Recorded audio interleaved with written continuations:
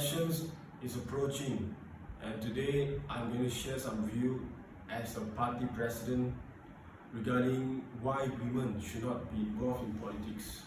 The first reason is that women are mostly emotionally unstable. They can get mad or angry sometimes. For example, when the debate get too tense or heated up in parliament, women might get angry.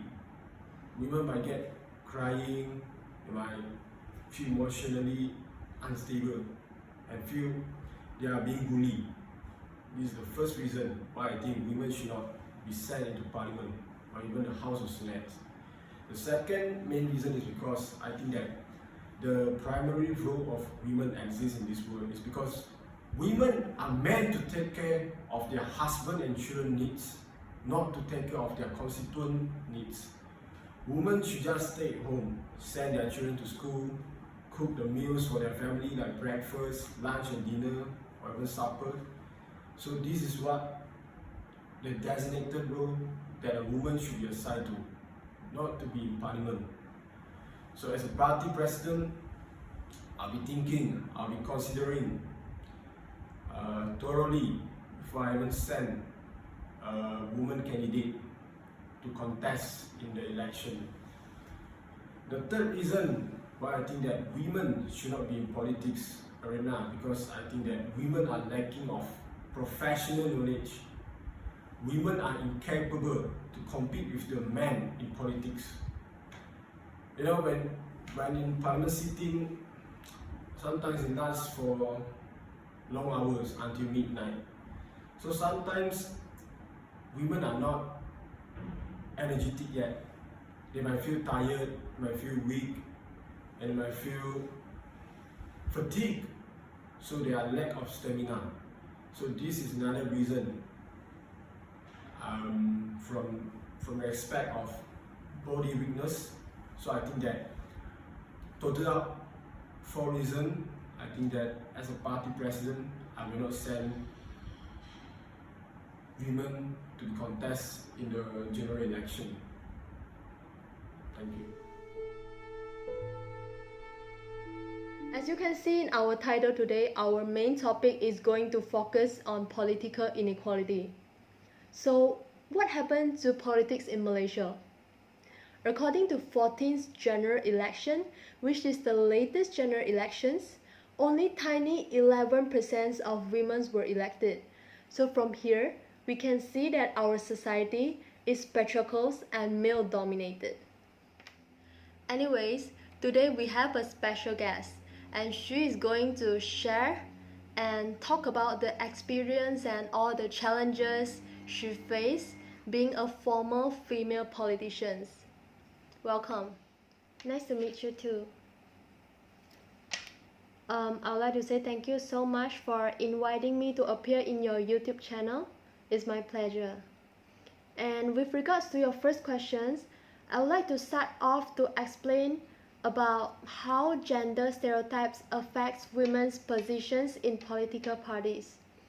And as a female politician myself, I can actually see that there are a lot of negative stereotypes of, for example, like women being emotional, women being indecisive, or women are easily influenced.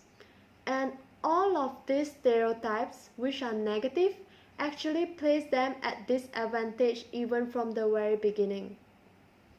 And furthermore, the society often expects women to prioritize family, domestic work, or care work, and etc.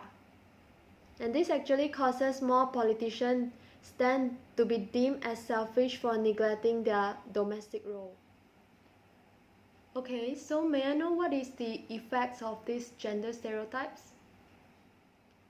Yeah, instead of developing women's potential for candidacy, the presence of women's wings in Malaysian parties often confines women to supporting roles instead of top positions. Yeah. Alright, by the way, thank you so much for coming all the way from JB just to share your experience with our viewers. And I think right now our viewers are able to understand more, and because I think you explained it really well regarding the gender inequality issues, especially in the political aspect. And thanks for coming. I hope you had a great time. Thank you.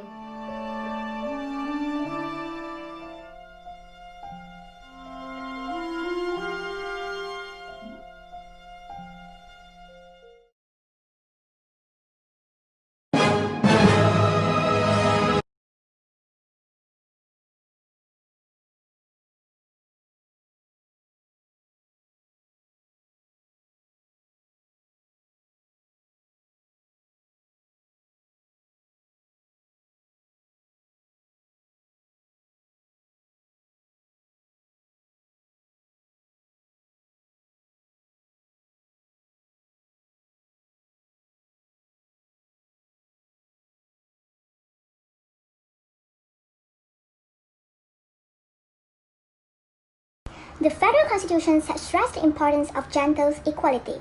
However, is this a mere formal legal equality or a functional equality?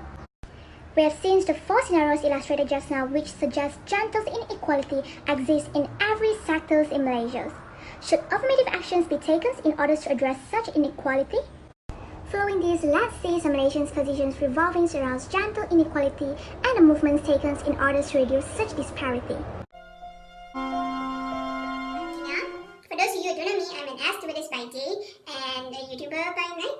So if you like me, subscribe and hit the bell button to be notified. Okay, so usually I post positive comments, but today's video I am really pissed.